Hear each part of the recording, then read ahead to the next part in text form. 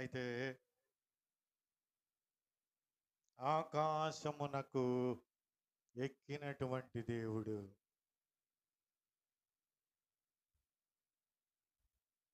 భూలోకములో సంచరిస్తూ ఉన్నాడు. సంచరించటమే కాదు, సువార్త పరిచర్య చేశాడు. అంతేకాదు, అనేక అద్భుతాలు చేశాడు. అంతేకాదు, మార్గాన్ని చూపించాడు.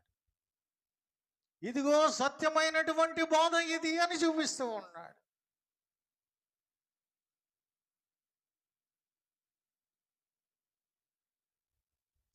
మానవుణ్ణి హెచ్చించటానికి ఆయన భూమి మీద దిగాడు అని,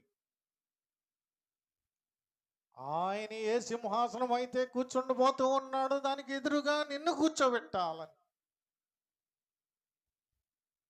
చేస్తూ ఉంటే మానవుడేమో తిరుగుబాటు స్వభావం.